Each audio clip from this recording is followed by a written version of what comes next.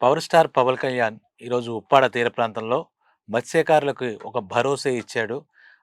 ఇంతకు ముందు మత్స్యకారులు అంటే వాళ్ళు చాలా బాధలు పడుతున్నట్టు, వాళ్ళకి ఈ సముద్ర జలాలన్నీ కలుషితం అయిపోవడం వల్ల చేపలు లేకపోవడం, చేపలు చచ్చిపోవడం జరుగుతుందని వాళ్ళు పవన్ కళ్యాణ్ గారి దృష్టికి తీసుకొచ్చారు. అప్పుడే ఆయన మాట ఇచ్చారు. ఆ ప్రకారం ఈరోజు ఉప్పాడలో ఉన్నటువంటి మత్స్యకారుల సమస్యలన్నీ తెలుసుకొని కలెక్టర్ ఆఫీస్‌లో ఇంతకుముందు ఈ చేపల వేటకు వెళ్లి దుర్మరణం పాలైన వాళ్ళ అన్ని కుటుంబాలకి సుమారు 18 కుటుంబాల వాళ్ళకి 5,00,000 చొప్పున ఎక్స్‌గ్రేషియా అంటే రూ. 90,00,000 చెక్కులు పంపిణీ చేశారు.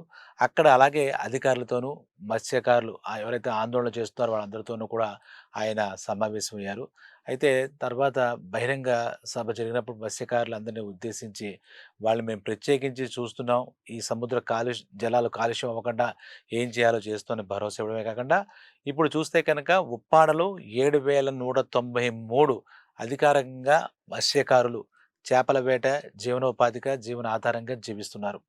అది కాకుండా ఇటీవల కాలంలో అన్ని వ్యర్థ పదార్థాలు అంటే ఫ్యాక్టరీల నుంచి వ్యర్థ పదార్థాలని సముద్ర జలాల్లో కలిపేయడం వల్ల కాలుష్యమై సముద్ర జలాన్ని కాలుష్యమై చేపల కి చనిపోతున్నాయి. చేపలు లేవు. ఒక రకంగా చాలా అంటే ప్రకృతి సమతుల్యం పోయి ఈ ఒక రకమైన దుస్థితి వచ్చింది.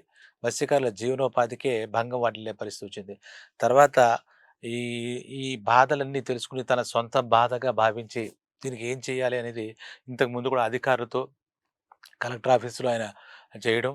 తర్వాత ఈ చేపల వేటలో కొన్ని కొన్ని సార్లు ఈ వాతావరణ పరిస్థితులను దృష్టిలో పెట్టుకొని నిషేధిస్తారు. ఆ నిషేధ కాలంలో వాళ్ళకి బ్రతుకు తెరువుండదు. అటువంటి సమయంలో ఒక కుటుంబానికి రూ. 20,000 ఇస్తున్నామని కూడా విషయాన్ని వ్యక్తం చేశారు. ఆ మత్స్యకారుల కుటుంబాలు ఆనందంగా జీవించడానికి ఏం చేయాలో అన్నీ చేస్తామని చెప్పి వాళ్ళు మాట ఇచ్చారు. అంతకన్నా ఈ సముద్రాన్ని రక్షించాలి. ఇప్పుడు విచిత్రం ఏంటంటే సముద్రాన్ని అంటే దానికోసం సీ ప్రొటెక్షన్ వాల్ ఒకటి కట్టాలి. దీనికోసం సుమారు 393,00,00,000 కేంద్ర సహాయంతో నిర్మిద్దామని చూస్తున్నాం. ఈ సీ ప్రొటెక్షన్ ఆ వాల్ కట్టడం కోసం ఆ విషయం గురించి చర్చలకి ఈ నెల 14వ తారీఖు వెంటనే చర్చిస్తాం. 100 రోజులలో ఈ సముద్ర జల కాలుష్యాన్ని సంపూర్ణంగా కాకపోయినా మొత్తానికి నివారించే ప్రయత్నం చేస్తామనే విషయం కూడా మత్స్యకారుల సభలో, బహిరంగ సభలో పవన్ కళ్యాణ్ అచ్చంగా మాట ఇచ్చారు. ఒక్కసారి మాట ఇస్తే ఆ కుటుంబాల కోసం పరితపించే వ్యక్తి, ఆ సమస్య పూర్తి పరిశ్రమించే వ్యక్తి పవన్ కళ్యాణ్ కాబట్టి, ఆ మత్స్యకారుల కుటుంబంలో ఆ మాటలు వింటుంటేనే మన సమస్య తీరింది. మనం మన గురించి పట్టించుకునే ఒక నాథుడు వచ్చాడు పవర్ స్టార్ పవన్ కళ్యాణ్ అని చెప్పేసి కూడా వాళ్ళంతా ఆనందం వ్యక్తం చేశారు. ఇది తన నియోజకవర్గం అని కాదు గానీ, మత్స్యకారులు అది సముద్ర జలాలే ఆధారంగా ఉప్పాడ తీరంలో గై తరతరాల నుంచి ఎన్ని తరాల నుంచో సముద్రాల్ని నమ్ముకొని, ఆ సముద్రం మధ్యలో దాకా వెళ్ళి చాలా రిస్క్ చేసి, ఇంకా అది తప్పితే వాళ్ళకి వేరే పనేం రాదు. పొద్దున్నే లేచి వలలు తీసుకొని సముద్రంలోకి వెళ్ళడం, ఆ సముద్ర జలాల్లో మొత్తం ఆ చేపలన్నీ పట్టుకొని మళ్ళా సాయంత్రం పొద్దుగూకే సమయానికి రావడం, సముద్ర అలలతో ఆటలాడుకుంటూ, చేపల్ని పట్టుకుంటూ, అవి తీసుకొచ్చి మళ్ళా ఎక్స్‌పోర్ట్‌కి వాళ్ళకి ఇస్తూ అలాగా వాళ్ళ జీవనోపాధి ఉంటుందన్నమాట. చాలా దురదృష్టం ఏంటంటే, మనం చేసిన తప్పులు మనకే చుట్టుముట్టాడుతాయి. ఎవరో చేసిన పాపం వేరొకరే బలయ్యారన్నట్టుగా ఈ వ్యర్థ జలాలు, ఈ ఫ్యాక్టరీల నుంచి వచ్చే వ్యర్థ జలాలన్నీ గోదావరి నదుల్లాంటి నదుల్లోనూ, లేదంటే సముద్రంలో కూడా కలపడం పరిపాటి అయిపోయింది కాబట్టి, దానివల్ల సముద్ర కాలుష్యం పెరిగిపోవడం, సమతుల్యత దెబ్బతినడం, చేపలు అందులో బతకలేకపోవడం ఇవన్నీ జరుగుతున్నాయి. అదే కారణంగా వాళ్ళు చెప్తే మత్స్యకారుల అంటే ఈ చేపలు పట్టుకునే వాళ్ళ బాధలు ఆలకించి వారికి ఏం చేయాలని బాగా అధికారులతో చర్చించి సమావేశమై ముందుగానే ఆయన ఇచ్చిన మాట ప్రకారం ఇంతకుముందు ఆందోళన మీరు మీరు భయపడకండి. ఈ సమస్యకు మనం పరిష్కారం తీసుకుందాం చెప్తానని చెప్పడం. అంతేకాకుండా ఏదో వచ్చాం వెళ్ళాం కంటే ఇంతకుముందు దుర్మరణాల్లో ఈ చేపల వేటకు వెళ్ళినప్పుడు జల సమాధి అయిపోయినటువంటి వాళ్ళ కుటుంబాల్లో 18 కుటుంబాల్లో ఒక్కొక్కరికి 5,00,000 చొప్పున వాళ్ళకి ఎక్స్‌గ్రేషియా కూడా అది వాళ్ళకి అందజేయడం. ఏదో ఆసరాగా ఉంటుందని అందజేయడం. తర్వాత ఇప్పుడు మేము చేస్తున్నాం సీ ప్రొటెక్షన్. 1, 2 కుటుంబాలు కాదు. మామూలుగా లెక్కేసుకుంటే ఒక గ్రామంలో 500-1000 కుటుంబాలుంటాయి. 1000 గడపలుంటాయి. ఇక్కడ లెక్కేస్తే 7,193 కుటుంబాలు. అంటే 800 కుటుంబాలు ఒక గ్రామం అనుకుంటే దగ్గర 10-15 గ్రామాల ప్రజలు కేవలం ఈ మత్స్యకారులు. కేవలం వాళ్ళ ఉపాధి ఏంటంటే చేపల వేట. ఇది చాలా పెద్ద మనసుతో ఆలోచించి ఈ రకంగా చేయడం. దానికోసం వెంటనే అక్కడ ఉన్నటువంటి అధికారులకి కలెక్టర్ ఆఫీసులో ఏం చేయాలి అంటే ఉత్తర్వులు ఇవ్వడం. మనకి ఈయన కేంద్ర ప్రభుత్వంతో మాట్లాడి ఒక గ్రాంట్ 393,00,00,000 ఎంతో సుమారుగా 400,00,00,000 అనుకుందాం. అది శాంక్షన్ అవ్వడం. ఈ 14వ తారీఖు ముఖ్యంగా ఆచరణలో రావాలి. మాటలు, వాగ్దానాలు ఎవరైనా ఎంతమందైనా రాజకీయ నాయకులు ఇస్తూ ఉన్నారు. వాళ్ళ బ్రతుకులలో జీవితంలో మాటలు చెప్పి వాగ్దానాలు ఇచ్చేవాళ్ళు ఉన్నారు కానీ ప్రజల బతుకుల్లో ఆ మాట ఇచ్చిన మాటను నిలబెట్టుకునే నాయకులు చాలా తక్కువ ఉంటారు. వేళ్ళ మీద ఉంటారు. అటువంటి నాయకుల్లో ముందు వరుసలో ఉండే వ్యక్తి పవన్ కళ్యాణ్ అని మనకి స్పష్టంగా తెలుసు. కాబట్టి ఈరోజు ఎక్కడ చూసినా సరే, ఎక్కడికెళ్ళి ఆయన ఈ పలానా మాట ఇస్తే, ఆ మాట కోసం నిలబడి, ఆ మాటని పూర్తిగా వాళ్ళకి సదుపాయం కలిగించే వరకు నిరంతరం ఆయన శ్రమిస్తూనే ఉంటారు. అహర్నిశలు దాని గురించి ఆలోచిస్తారు. ఏదో విన్నాం, ఆ సమయంలో వాళ్ళందరి ముందు ఏదో చెప్పాం, చప్పట్లు కొట్టించుకునే అనే ఆలోచన లేదు.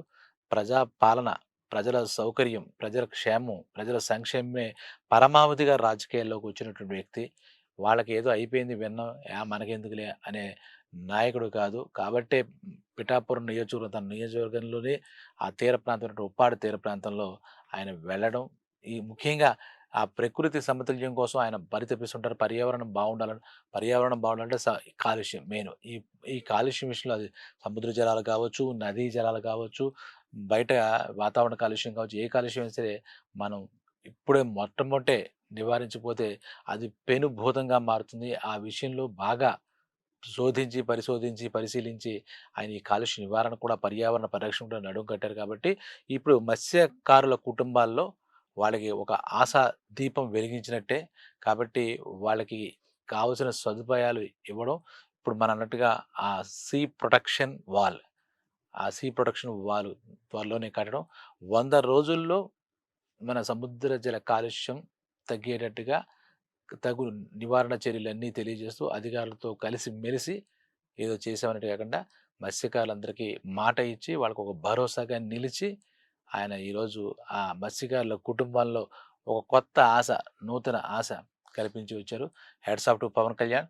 ఇటువంటి నాయకుడు ఉంటే మాకు ఎటువంటి భయం లేదు, మాకు ఎటువంటి ఇబ్బంది లేదు అని చెప్పి పవర్ స్టార్ పవన్ కళ్యాణ్ని అక్కడ వాళ్ళ మనసారా, ఏదో నోరారా జై కొట్టడం కాదు, మనస్ఫూర్తిగా ఆ పవర్ స్టార్ పవన్ కళ్యాణ్‌ని ఆశీర్వదించి, మా జీవితంలో ఒక దేవుడిగా వచ్చావయ్యా అని చెప్పి కూడా మత్స్యకారులు చెప్పుకోవడం అక్కడ విశేషం. So, power star Pawan Kalyan తనకు ఎంత చేతనైతే అంత సాయం ఇటు రాష్ట్ర ప్రభుత్వంలో, కూటమి ప్రభుత్వంలో ఉన్నటువంటి ముఖ్యమంత్రి గారితో మాట్లాడడం, అలాగే కేంద్ర ప్రభుత్వంలో ప్రధానమంత్రి, తదితర మంత్రులతో మాట్లాడడం, ఎట్టకేలకి ఎలాంటి యుద్ధం చేసినా సరే ప్రజలకి తన అండగా నిలబడడం కోసం నడుస్తున్న నాయకుడని చెప్పి చెప్పుకోవాలి. ఇటువంటి నాయకుడు తెలుగు ప్రాంత ప్రజలకి, ముఖ్యంగా పిఠాపురం, అటు ఉప్పాడ తీర ప్రాంతం వాళ్ళకి అక్కడ దొరకడం ఇంకా అదృష్టం. ఆయన ఒక ప్రాంతానికి చెందిన నాయకుడని మనం అనలేం. ఆంధ్రప్రదేశ్ తెలుగు ప్రజలందరికీ, ఆంధ్రప్రదేశ్ ఒకటి కాదు, తెలంగాణ కూడా తెలుగు ప్రజలు కూడా పవన్ కళ్యాణ్ తర్వాత మన కొన్నాళ్ళలో మొత్తం భారతదేశంలోనే ఒక జాతీయ నాయకుడు కూడా ఎదిగి తీరుతాడు. అందరి సమస్యలకి తాను నిలబడి తను ఖచ్చితంగా చేస్తాడని మనం ఆశించొచ్చు.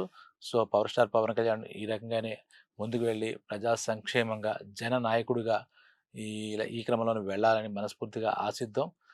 జననాయకుడిగా, జాతీయ నాయకుడిగా, జననాయకుడు, జాతీయ స్థాయి నాయకుడు కూడా ఎదిగి భారతదేశానికి ఒక తలమానికంగా నిలవాలని కూడా కోరుకుందాం. ఆయన బాటలో మనం కూడా వెళ్దామని తెలియజేస్తూ జై పవన్ కళ్యాణ్, జై పవర్ స్టార్, జై జనసేన.